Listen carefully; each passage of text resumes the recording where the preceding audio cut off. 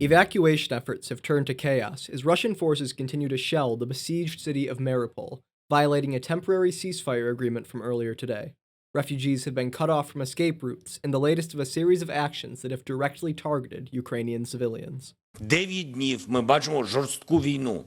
For 9 days, we have been seeing a fierce war destroying our cities, shelling our people, our children, residential neighborhoods, churches, schools, destroying everything that provides a normal life, human life. Thursday night, Russian forces targeted Ukraine's Zaporizhzhia nuclear power plant, risking ecological disaster and drawing international ire. It could have been 6 Chernobyls. The Russian tanks, people knew what they were shelling. They were shelling this at close range. This was terror at a new level. Although employees were able to extinguish the ensuing flames, the plant eventually fell under Russian control. Their victory was short-lived, however, as Ukrainian forces reclaimed Zaporizhzhia earlier this morning. Despite these victories, President Zelensky has continued to request NATO aid in the form of a no-fly zone over Ukraine, a move that the Kremlin has warned would lead to war. В эту же секунду будем рассматривать их как участниками военного конфликта. И уже все равно, какими там членами они являются. The only way to actually implement something like a no-fly zone is to send NATO planes into Ukrainian airspace and to shoot down Russian planes, and that could lead to a full-fledged war.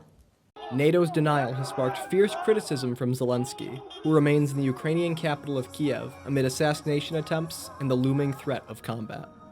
As you can see, I'm here in my place. Andriy Borisovich Yermak is here. Nobody has fled anywhere.